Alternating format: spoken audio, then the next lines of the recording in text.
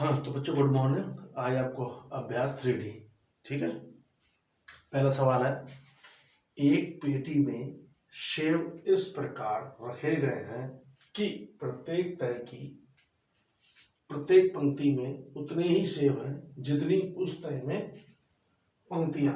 यदि तहों की कुल संख्या पंक्तियों की संख्या के समान हो तथा पेटी में कुल 1728 28 है सेब रखे गए हों तो प्रत्येक तह में कितने सेब रखे गए।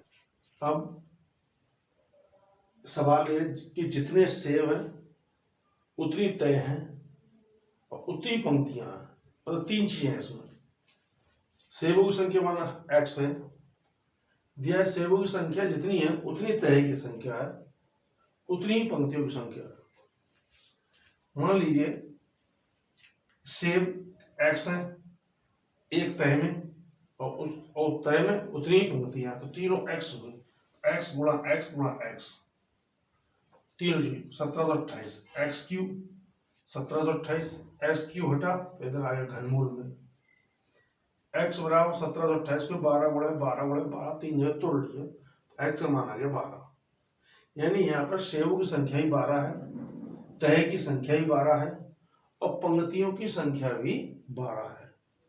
तीनों चीज 12 है। तय की संख्या देवना ली 12। अब इन्होंने क्या कहा था कि प्रत्येक तह में कितने सेब रखे गए, तो 12 होगा। ठीक। अब इन्होंने एक बात बताई, यदि तहों की कुल संख्या पंक्तियों की संख्या के समान हो, प्रत्येक तह में सेबों की संख्या कितनी है, लंबाई गुणा चौड़ाई में 12 गुणा, यानी कि पंक्ति 1 2 3 4 12 पंक्तियां और हर पंक्ति में 12 सेब रखे गए हैं। यानी एक तह में टोटल 144 आ गए। 12 पंक्ति इस टाइप से 1 2 3 4 5 6 7 8 9 10 11 12, तो 12 होगा ये। 1 2 3 4 5 6 7 8 9 10 11 12। अब 12 तक ले लो, 1 2 3 4 5 6 7 9 10 11 12, तो जितनी पंक्ति उतने ही सेब। ठीक है। हाँ सवाल नंबर 2, अभ्यास 3D है ये। ठीक। एक पेटी में 216 आम घन के रूप में सजाकर रखे गए। ज्ञात कीजिए पेटी में आम की कितनी तय। घन घन इस टाइप से सजाकर रखे गए। ये हुआ घन आपको।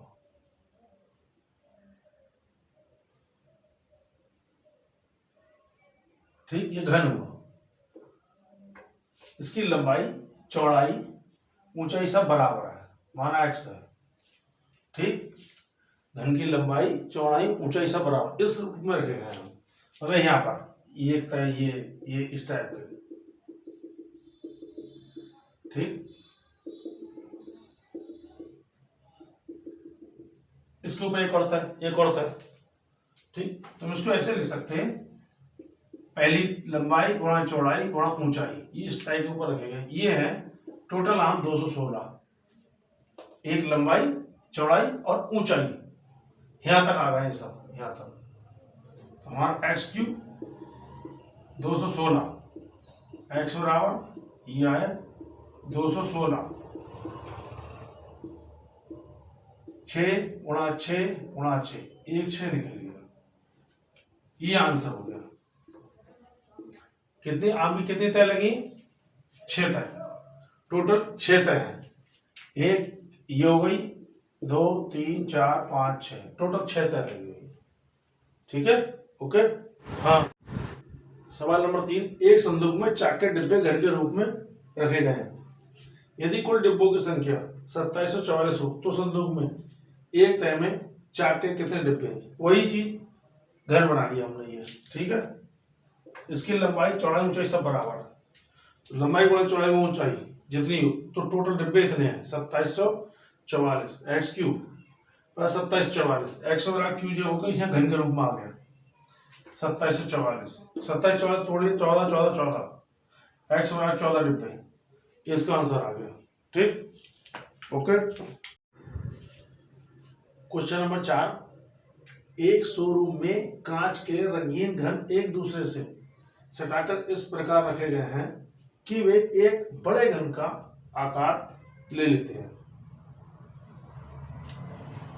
यदि इस प्रकार रखे गए रंगीन घनों की कुल संख्या 512 हो तो ज्ञात कीजिए कि रंगीन घनों की कितनी तहों से उक्त घनाकृति बनी।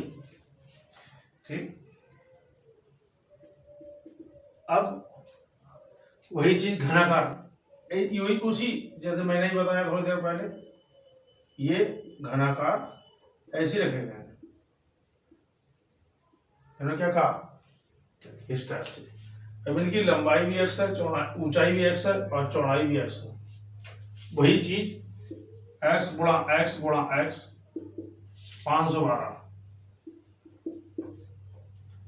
x³ बराबर 512, x बराबर 512, 512 का 8 गुणे 8 गुणा 8 टोटल 64, 64 512, 64 अट्ठे 832, 849, 3 51, ये आया x बराबर 8। एक में 8 रखे गए लेकिन फिर 8। ठीक, ये कितनी तहों से उक्त तय हो गई, 8 तय, आंसर आ गया। ठीक,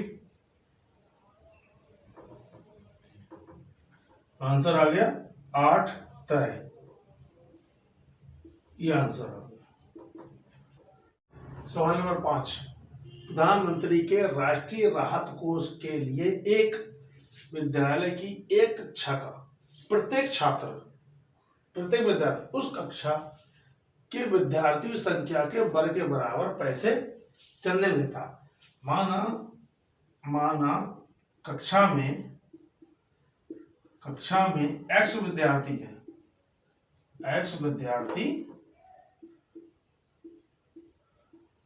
है और कितने चंदा देता है, चंदा हमारे पास हुआ, चंदा देता है विद्यार्थियों की संख्या के वर्ग के बराबर। चंदा देता है, विद्यार्थी संख्या कितनी x है, उनका वर्ग कर दिया, वर्ग के बराबर इतना चंदा देता है, इतने रुपए। अब इनकी हम टोटल रुपए कितने हैं, इनकी हम गुणा करते हैं। टोटल रुपए हुए हमारे पास 15,625, ये हुआ हमारा x³, 15,625। ठीक, और x बराबर ये आ गया हमारे पास 15,625। हमने क्या किया, 25 गुणा 25 गुणा 25 बराबर 25, ये हुआ हमारे पास आंसर। इतने तो उसका कक्षा में कितने विद्यार्थी, x विद्यार्थी है, कितने विद्यार्थी, 25 विद्यार्थी।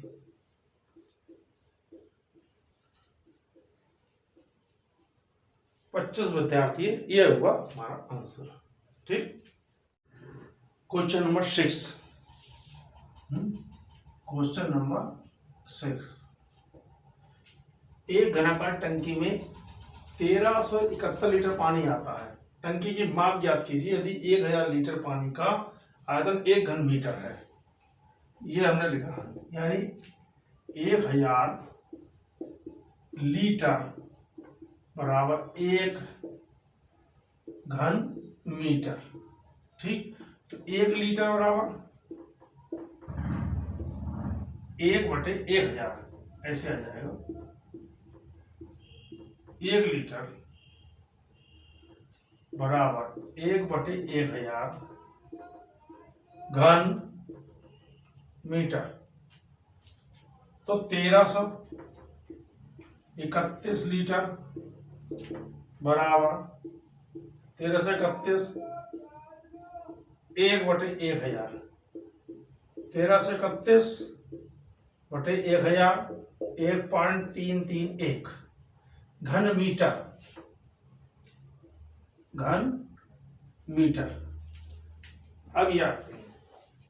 अब यहां में निकाले टंकी माप।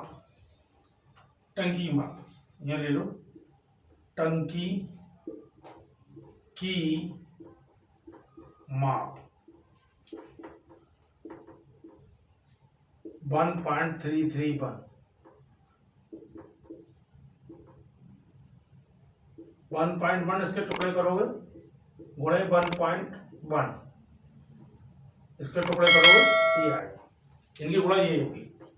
तो आप 1.1 मीटर, क्यों घन मीटर है ना, इसलिए घन मीटर तो मीटर में आएगा, इतने मीटर, ये आंसर है। ठीक, ये हो गया आपका छठा सवाल।